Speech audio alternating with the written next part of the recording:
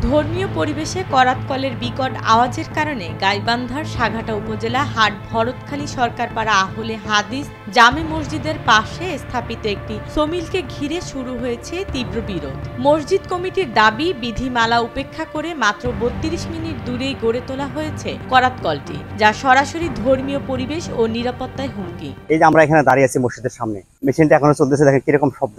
মসজিদ কমিটির সদস্যরা ইতিমধ্যেই ঢাকার প্রধান বন রক্ষকের কার্যালয়ে লিখিত আবেদন জমা দিয়েছেন। তারা দাবি করছেন, এ ধরনের করাতকল মসজিদ বা মাদ্রাসার কমপক্ষে 200 মিটার দূরে থাকার বিধান থাকলেও নিয়ম ভেঙে অনুমোদন দেয়া হয়েছে আকন্দ সমিলকে। অভিযোগ হলো এখানে মেশিন চালায় যখন নামাজ পড়ি সবার অসুবিধা হয়, আর আপনারা যদি আইনে যদি চলে তাহলে আপনারা দিবেন। আমাদের এই অভিযোগ, এর আগে তো অনেক গিয়ে হচ্ছে ইনকোয়ারি, তারও এই পারে এখন আপনার কাছে ওটাই অভিযোগ। আপনারা যদি দেখে ইনকোয়ারি করার পর যদি দেওয়া চলে তাহলে দিবেন, আর না চলে তাহলে দিবেন না। এখানে আমাদের একটা মসজিদ, যাই এখানে জামাত ভক্তের মধ্যে এখানে নামাজ পড়া হয়, এই মেশিনের শব্দে নামাজের ডিস্টার্ব আসে যায়, তার কারণের জন্য আমরা এই অভিযোগ, আর কিছু নয়, আমাদের এটাই আছে। কমিটির দাবি অনুযায়ী 2023 সালের 6 জুন এবং 2024 সালের 5 মে দুইবার লিখিত অভিযোগ দেয়া হলেও এখন পর্যন্ত কার্যকর কোনো ব্যবস্থা নেওয়া হয়নি। এতে এলাকাবাসীর মধ্যে ক্ষোভ ও হতাশা দেখা দিয়েছে। যখন ওনাকে একদম ইনভেকশন করে ডাইরেক্টলি চাপ দিয়ে যখন একটা চিঠির কপি, সমস্ত কপি আমার কাছে আছে, যখন লেখছে তখন উনি বাধ্য হয়ে গত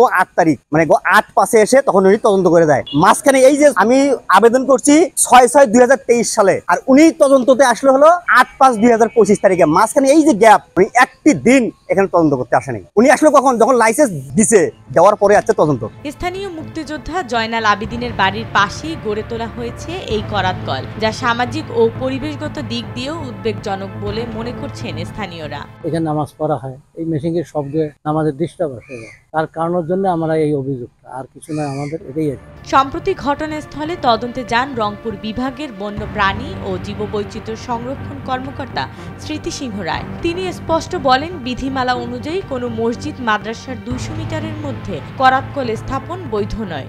আইনে যেটা বলে 200 মিটারের মধ্যে যদি কোনো শিক্ষা প্রতিষ্ঠান থাকে, বাজার থাকে, মাদ্রাসা থাকে বা ধর্মীয় প্রতিষ্ঠান, মাদ্রাসা না ধর্মীয় প্রতিষ্ঠান, তাহলে সেখানে সমিল স্থাপন করা যাবে না। অন্যদিকে করাতকলের মালিক আমিনুল ইসলাম আকন্দ পাল্টা দাবি করছেন, পরিবেশ সংক্রান্ত ছাড়পত্র পাওয়ার পরই তিনি লাইসেন্স পেয়েছেন। নিয়ম মেনেই মিলটি স্থাপন করেছেন তার দাবি। হ্যাঁ, মসজিদ হওয়ার পরই করছি, আমি মিথ্যা কথা বলবো না। আমার তো পরিবেশ থেকে তদন্ত করছে, তদন্ত করার পরে তো আমাকে ছাড়পত্র, জি আমার লাইসেন্স আছে। এই বক্তব্য নতুন করে প্রশ্নের মুখে ফেলেছে প্রশাসনের ভূমিকা ও লাইসেন্স প্রদানের প্রক্রিয়াকে। কিভাবে এমন জায়গায় ছাড়পত্র পেল মিলটি? এর পেছনে কি রয়েছে কোনো প্রভাবশালীর হাত? পাশে হচ্ছে আমার বাড়ি, শব্দের জন্য আমরা বাড়িতে থাকতে পারি না, এবং যখন আজান দেয় তখনও এই মেশিনটা চলমান থাকে। স্থানীয়রা বলছেন, ধর্মীয় স্থানের পাশে এভাবে যান্ত্রিক শব্দ, কাঠ কাটা ও পরিবেশ দূষণ সহ্য করা যায় না। দ্রুত ব্যবস্থা না নেওয়া হলে সামাজিক সংঘাতের আশঙ্কা উড়িয়ে দিচ্ছেন না অনেকে।